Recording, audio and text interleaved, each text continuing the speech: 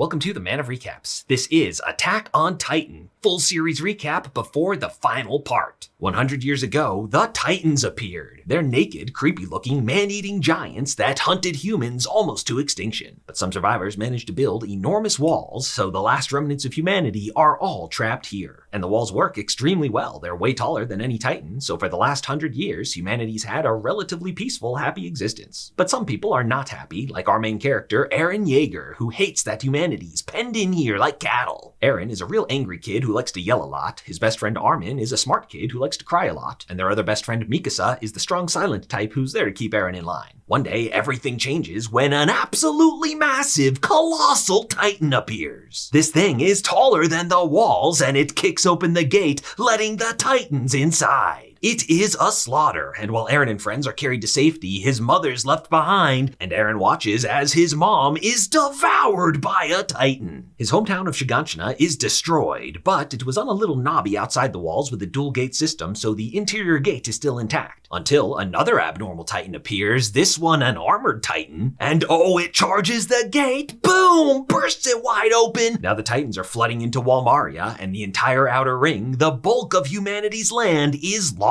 Eren Yeager vows revenge. He's going to kill all the Titans, every last one. So as soon as he's old enough, Eren joins the military along with his best friends Armin and Mikasa, and he meets some new best friends among the other recruits. There's Connie, who's bald, Sasha, who's hungry, and Jean, who's kind of cocky, becomes Eren's rival. Now the humans fight Titans in a super cool way, using ODM gear, omnidirectional mobility units that shoot out grappling hooks and let them fly around. You gotta get up high because the Titans' only weakness is at the nape of their neck. Pretty soon Eren's training is almost complete, but just then the Colossal Titan appears again. But this time, Eren Yeager's ready to fight back. He gets up there, ready to take this thing out. But just as quickly as it appeared, it vanishes. What is going on here? But before it left, it destroyed the gate, so now Titans are pouring in, and it's up to our group of recruits to fight them off. It's time for their first epic fight against the Titans, but oh! Titans look kinda silly, but they are way faster and stronger. It's not a fight, it's a massacre. Even our main character, Eren,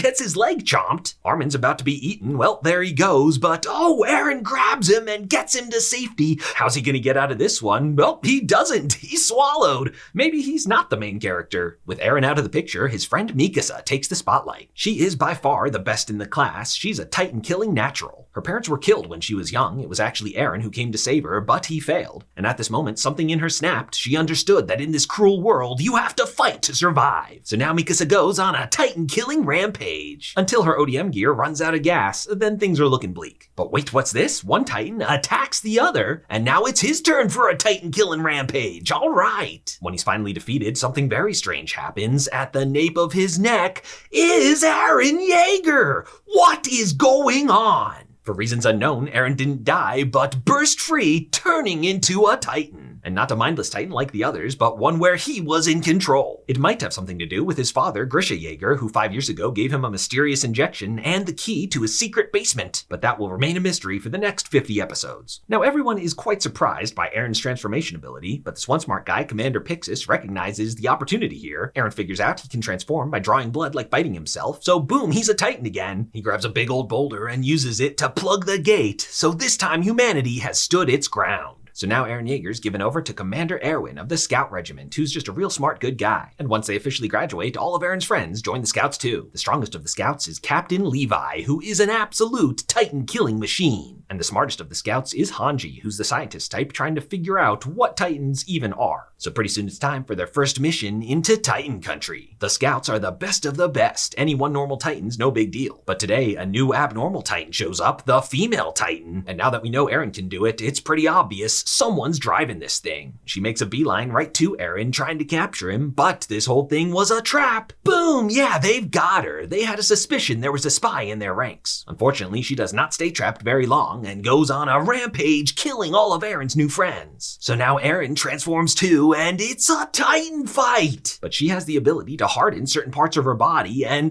beats Eren handily. Captain Levi and Mikasa give it everything they've got to get Eren to safety. Now, one of their friends and fellow recruits is Annie, and I don't want to jump to conclusions, but she looks exactly like the female Titan. They lead her into a trap, but it doesn't work, and she transforms again. It's Titan fight round 2, this time in the city. And this time Eren takes her down. We might finally get some answers. But something unexpected happens. She hardens into a crystal shell, and that's where she stays the rest of the series. So in season 2, our crew has earned some well-deserved rest, but Titans appear within the walls. But where did they even come from? The walls were not breached. But now our gang is surrounded. With them this time are Ymir and Krista. Ymir's a real tough gal, and Krista's real nice. And Ymir has a huge crush on Krista. She's like, hey girl, I love ya. Sorry about this secret. She leaps off the tower and cuts herself. Yes, Ymir can turn into a Titan too. How many people can turn into Titans? What is going on? Ymir's Titan is a weird little gremlin one, but she holds him off long enough for reinforcements to arrive, and when she comes to, hopefully we'll finally get some answers. We do solve one mystery of where those Titans came from. It seems like they started at Connie's hometown, and one of them's still stuck there, and there's just no denying it. That Titan is Connie's mom! Yes, it seems that all Titans are people, blah! But how and why was that village transformed? Well, it might have something to do with the new abnormal they saw, a giant monkey man Titan. They named him the Beast Titan, but he didn't stick around. More on him later. So now, after their latest brush with death, our one friend Reiner has had enough. He's like, yo Eren, me and Berthodlt are undercover Titans on a secret mission to capture you, so just come with us now and we'll stop all the fighting.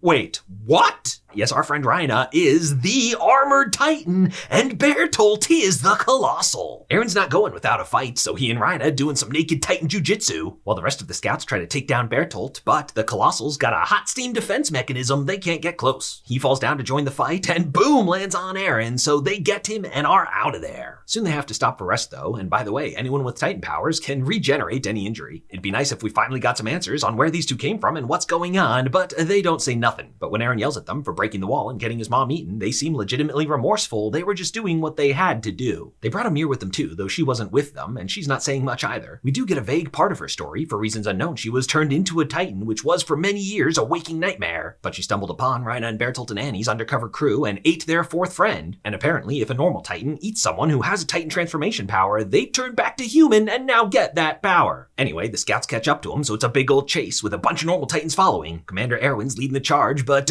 gets his arm bit off. That doesn't slow him down though. In fact, he busts in to cut Eren free. But now Reiner's chucking other Titans at him. It turns into a whole mess. And Eren Yeager comes face to face with the Titan that ate his mother. He tries to transform, but he doesn't have the strength yet, so he goes to just punch this thing and it actually works? Something unexpected has happened. For reasons unknown, Eren can now control other Titans. What is going on? So now the humans are able to escape. Ymir says goodbye to Krista like, hey girl, I love you, but I think I should go with them. Eren doesn't keep his Titan controlling power. It only worked that once. So once again, we're left with more questions than answers. So season 3 begins with an unresolved mystery from the start of season 2. There are Titans inside the walls. The high priest of the wall religion seems to know something about it. At first he wasn't talking, but eventually he agrees to. But now, before he can, he dies under mysterious circumstances. Smells like a government cover-up. Indeed, the powers that be have decided the scouts are getting too close to the truth, so they have them all arrested on trumped-up treason charges. So for a while, our crew's got to go into hiding as fugitives. And hunting them is an incredibly skilled fighter. It's Kenny the Ripper. He and his crew use ODM gear with guns specifically trained to fight other humans, but they're still no match for Captain Levi. Kenny himself, though, is a match for Levi. In fact, Levi is his nephew that he raised in the Undercity until one day he got bored and left. Turns out Kenny and Levi are both Ackermans, who for a long time were the bodyguards of the king. Something in their genes make them incredibly strong fighters, which is why they're so much better than everyone else. And guess who else's last name is Ackerman? It's Mikasa. Yes, it's not by chance she's that skilled, it's in her blood. So now the government's going to execute Commander Erwin and disband the scouts, but the rest of the military is like, yeah, nah, you guys are clearly corrupt. They have a little coup and the scouts' names are cleared. But Eren Yeager was captured, along with Krista. Why her? Well, turns out her real name is Historia Rice. She's a secret daughter of Lord Rice, who turns out is the true royal family. So Eren's chained up in a weird crystal cavern, and we actually finally get some answers. The royal family has the power of the founding Titan, or the coordinate, which lets them control other Titans. That's how the original King Fritz built the walls 100 years ago. They're made out of hardened Titans. And the founding Titan has another power in the hands of the royal family. It can alter the memory of the people. That's why no one remembers any history from before 100 years ago. The royal family's been keeping them in blissful ignorance. So for generations, this founding Titan has been passed down through the royal bloodline. You inject yourself with the thing, turn into a Titan, eat your ancestor, and boom, Ymir the new king. But 5 years ago, Eren's father, Grisha Yeager, crashed the ceremony, and somehow he had the power to turn into a Titan. They had a Titan fight, but Eren's dad won and ate the founding Titan, taking the power for himself. Then he injected young Eren, who turned into a Titan and ate his dad, and now had the power of both those Titans. But why would he do that? We still don't know. Lord Rice makes him out to be a bad guy, and he's like, Historia, you've got to turn into a Titan, eat your friend Eren, and get the founding Titan back in the royal bloodline. Then you can use the power to control all the other Titans, and humanity will be freed. So that sounds nice, time to save the world, but Historia realizes the hole in the story. If the royal family had this power for 100 years, why did they never use it to stop the Titans? Well, turns out, along with the founding Titan comes the memories of the original King Fritz, and whoever gets it never explains why, but is like, oh yeah, no, we gotta stay within the walls. So it becomes clear her dad does not have humanity's best interest at heart, he just wants to hold on to power, and Historia's like, oh hell nah, time to break the cycle and free humanity from the God King's rule. Meanwhile, Eren's friends are coming to rescue him. They have an awesome flying around fight versus Kenny and his crew, but now a desperate Lord Rice licks the Titan potion, which is not how you're supposed to use it. He turns into a massive Titan. Eren and friends are gonna be crushed, but Eren found the bottle that gives Titans hardening power and eats it, so boom, yeah, now he makes a hardened Titan thing and saves them. But Lord Rice has turned into such a big Titan, he can't even walk. He crawls his way to the nearest village, and the scouts gotta fight him. They ram some gunpowder down his throat, and boom, exploded. So Historia is crowned queen, but not bound to the will of her ancestors, and the day is saved. Now, with Eren's new hardening power, he can theoretically patch up holes in the wall, so for the first time, humanity has a chance to patch up the holes in Shiganshina and take back the Outer Ring. The scouts ride out in force, and at first the mission goes well, but it was a trap. Behind them, a whole new crop of Titans pop up, led by the Beast Titan. We briefly get to meet him. His name is Zeke, and he's Reiner and Bertholdt's commander. And Reiner's here too with the Armored Titan, but our scouts have a surprise for him. Hanji has invented Thunder Spears, which are basically rocket launchers, which boom, blow through his armor. But Bertholdt's here too with the power of the Colossal Titan. And the Beast Titan's maybe the most dangerous. He's a good baseball player, turns rocks into weapons of mass destruction. So Commander Erwin leads a suicide charge, and almost all the scouts are wiped out. But that bought time for Captain Levi to sneak around the back and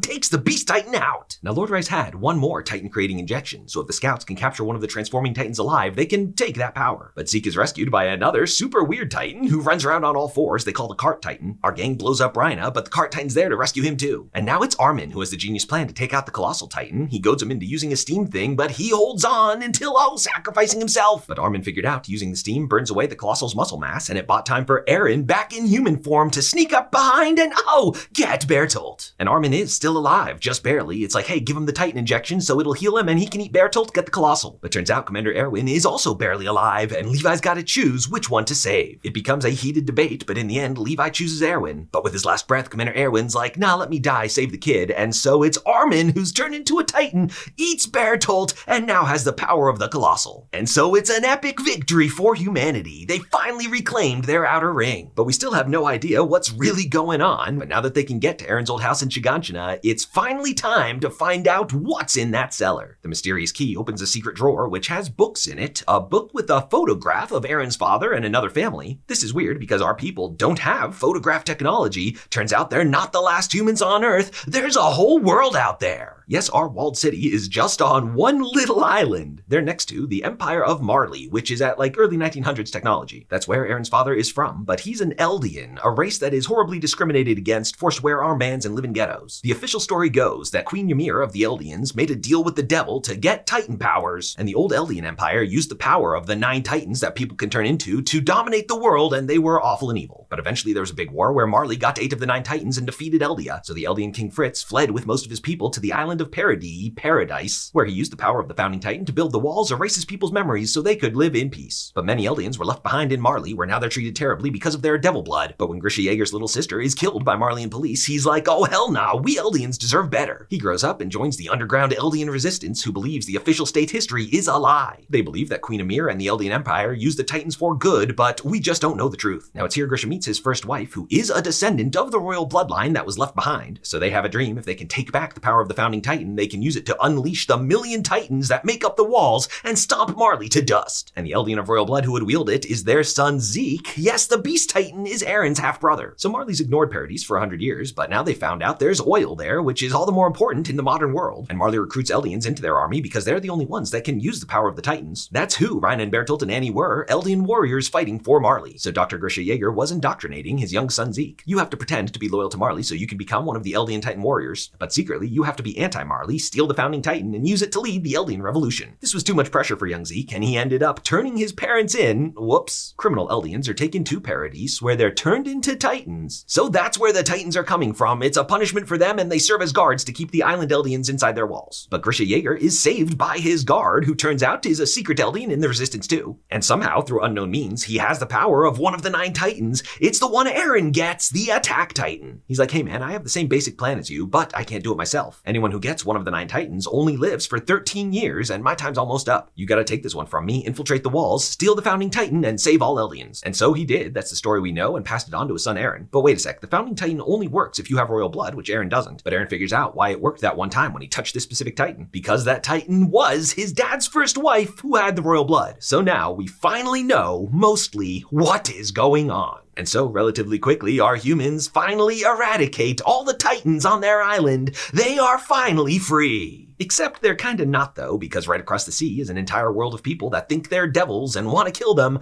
Kind of a bummer. And so, season 4 begins 4 years later over in Marley. We follow a new bunch of kids. They're the top Eldian warrior candidates to inherit one of the Titans. The main ones are confident girl Gabi and her friend Falco. Now Marley's at war with someone, and we get to see their Titans in action. By the way, Ymir was executed. They gave her Titan to a new guy. Its proper name is the Jaw Titan. And they use the normal mindless Titans, pure Titans, as weapons too. For unknown reasons, probably related to his royal blood, Zeke has the power to transform them with a yell. And oh, skydiving Titan bombardment! That should probably be a war crime. Anyway, as we get to know these people, we see they really aren't bad. Most of these Eldians think that fighting for Marley is the right thing to do. And Reiner also, who we've thought of as an enemy, but is a decent guy. He and his crew thought they were making their country proud as they were shipped off as kids on an undercover genocide mission. Anyway, now with their recent war won, it's time to focus on Paradis again. They have a big event to announce they're finally gonna go wipe out those Eldian devils. But one of them is closer than they think. It's long-haired adult Eren Yeager. He and Reiner have a chat. It's like, I'm so sorry, man. And Eren's like, yeah, I understand. And I'm sorry too, because Eren's here on his own mission. Oh, Titan attack. Most of the Marleyan High Command is gathered right there, so Eren takes them out in one fell swoop. But a Titan warrior we haven't met yet is here to fight back. They call it the Warhammer Titan, because it can use its hardening power to, make a hammer. But Eren's not alone. Mikasa's here too, with a whole bunch of thunder spears. Boom! Eren eats that girl and takes the power of the Warhammer Titan now too. Yes, a bunch of scouts are here, ready to fight in the modern world. It's a massive fight, all the Marley Titans join in, but our crew with their ODM gear are deadly. But now Mikasa's like, Eren, what have you done? You just killed thousands of civilians. And our new kid, Gabi, having seen a bunch of her friends die, swears vengeance just like Eren did all those years ago. Our crew escapes on their new airship, but Gabi's not letting them get away. She and Falco get aboard and shoots the first person she sees, which is, no, not Sasha. She was so nice, just loved to eat. Anyway, turns out this preemptive attack was just Eren Yeager's idea. The military told him not to, but him starting it forced their hand. And Eren had a co-conspirator, his half-brother Zeke. Going back a few years to see how we got here, our people captured one of the Marleyan scout ships, but the tall girl in command here is like, hey, we're part of the Eldian resistance against Marley, we want to be friends, and believe it or not, Zeke the Beast Titan is with us too. So they helped our wall people get modern technology and meet some allies out in the world. This country was allies with the old Eldian Empire, and turns out their queen went behind the walls too, and it's Mikasa's ancestor, so she's a princess. And speaking of princesses, in case it matters, Historia is pregnant. The plan was supposed to be to reintroduce themselves to the world in a peaceful manner, hey, we aren't devils. But Eren Yeager apparently disagreed. He doesn't talk much anymore to actually explain himself, but it seems like he believed the only way they'll ever really be safe is if they wipe out everyone else. Most of the military, including Eren's friends, all think this attack was a bad idea, but there's a lot of them who think that Eren had the right of it and are ready to conquer the world as the new Eldian Empire. And soon Eren breaks himself out of prison to lead this group called the Yeagerists. And Eren Yeager has grown up from an annoying, angry, yelling kid to a badass, stone-cold rebel leader. So the Yeagerists take over the government, and Eren finally talks to his friends who are like, what the heck are you doing, man? But Eren still doesn't explain his motivations. He is really mean to his friends though, makes Mikasa cry. Time will tell if Eren has really become such a douchebag or if he has some secret plot. We know the first part of his plan though is to meet up with Zeke, who's being held prisoner in the forest by Captain Levi and a whole squad of soldiers. We learn that it's Zeke's spinal fluid, that if Eldians ingest it, he can turn him into Titans, somewhat under his control. And turns out the wine his friends brought from Marley were spiked with his juices. So now he shouts and turns all his guards into Titans. But not Captain Levi, he doesn't drink, and handily takes down the Beast Titan again. He ties him to a thunder spear and makes him explain his double cross super secret plan. Zeke's mentor was the Beast Titan before him who knew all about Titan lore, and he learned the Founding Titan with royal blood can do more than alter Eldian memories, it can alter their physiology. So Zeke, who witnessed all the Eldian suffering, doesn't agree with his dad that they should rise up. He thinks it would be best if they just disappeared. Apparently his real plan is to take the Founding Titan and use it to sterilize all Eldians so they and Titans will disappear from the earth. For now though, he escapes by blowing himself up along with Captain Levi Levi, who will hopefully be fine. Zeke's Titan powers will eventually heal him, and he escapes once again. Now back in the city, Marleyan airships are here for their counterattack. And leading the assault is our old friend Reiner, who is the armored Titan, and he and Eren have an epic rematch. Zeke's Titan healing kicks in, and the Beast Titan joins the battle, but remember, he's fighting against Marley now. His goal is to touch Eren so he can go through with his Eldian sterilization plan. But if these two touch, they could also use the Founding Titan's power to unleash the million Titans that make up the walls and destroy the world in an event called the Rumbling. So Marley's main goal is not to let that happen. They blast Zeke to take him out, but he's not dead, so now he has to play his trump card. He screams, transforming all the Paradise Eldians that drink the wine spiked with the spinal fluid into Titans. They rampage on the Marleyan forces, and for the first time since the early seasons, we've got a Titan attack. Now remember, little Falco accidentally drank some of the wine, so he's a Titan too now and rushes over to attack Reiner. But wait, who's this? Come to sacrifice himself to save Reiner. It's their other friend who has the Jaw Titan, and oh, now Falco eats him. Got the power of the Jaw. So now Reiner continues to beat up Eren, but Eren Yeager pulls a trick. He hardens to trap Reiner there, then leaves his body and makes a run for it because Zeke is still alive and he's gonna touch him. But now who's this? It's little Gabi with a sniper rifle. Boom! Oh, she blows Eren's head clean off. But if there's one thing we know about Zeke, he loves playing baseball and he makes the diving catch. And Eren's brain was just alive enough. They've successfully done it. They are in the coordinate of all Eldians with their founder, Ymir. Now at first Zeke is chained up. It's like, Eren, actually you have the power here. And Eren's like, well, psych bro, I'm not doing your plan, I'm doing my own plan. But now Zeke is like, yo, double psych. I was just pretending to not have power here so you would reveal your true intentions. Long story short, they go on a journey through the memories of their father, Grisha Yeager, and turns out he didn't go through with his plan to kill the royal family and steal the Founding Titan because, you know, it would involve massacring these kids. But then Eren Yeager starts talking to his father, who can hear him. It's like, what's up, Dad? I'm the spirit of your son from the future, here to tell you, you gotta go through with it, trust me. So somehow it was Eren Yeager himself who started this whole adventure to get to this present moment, because now it's like triple psych bro, I actually do somehow have the power here. So now Zeke tells Ymir to sterilize all the Eldians, and Eren goes over to stop her. And this whole series, it's been a mystery who actually was Ymir and how did she end up with Titan power. Turns out Ymir wasn't Eldian herself, she was a slave of the Eldians who were confirmed terrible people. Somehow she fell into this water with a weird jellyfish vertebrae thing that,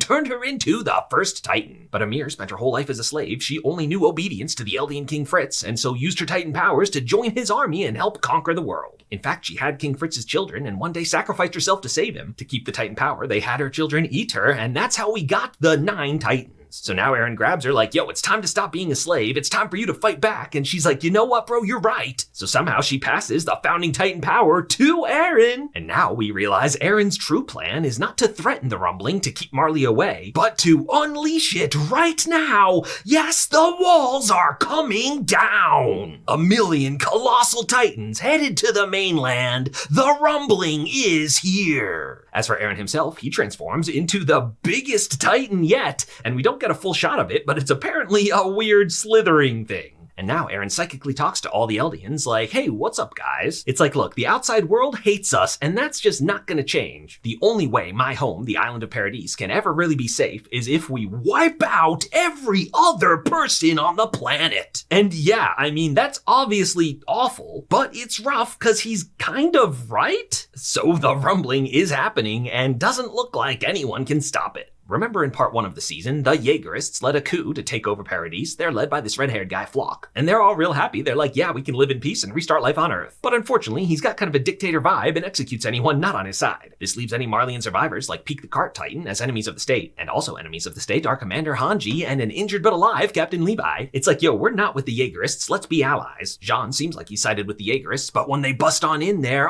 they eat him. But actually it was a rescue, he was working with them, and all of Eren's friends are in on the plan. And they recruit another old friend, it's Annie. Yeah, when Eren took down the walls, he undid all hardened Titans, including her shell. So for almost the whole series, she's been sitting there in the basement, but now Annie is back. And so all our main characters are on the same side. It's been complicated as everyone's had different motivations to fight at different times, but now they all agree killing everyone in the world is not the right move. They gotta stop Eren. And they have a plan. They figure they can catch up to Eren by using the flying boat, aka the plane, that Mikasa's relatives, the Azumabito family, brought. but the Yeagerists are guarding it. But Annie and Reiner bust in and transform, yes, the female Titan back in action with the armored, and weirdly now they're on our side. Even with the Titans on our side, our crew's not winning. The Yeagerists have perfected the art of Titan fighting, so it's time for young Falco to go on in help, and boom, he transforms to the Jaw Titan.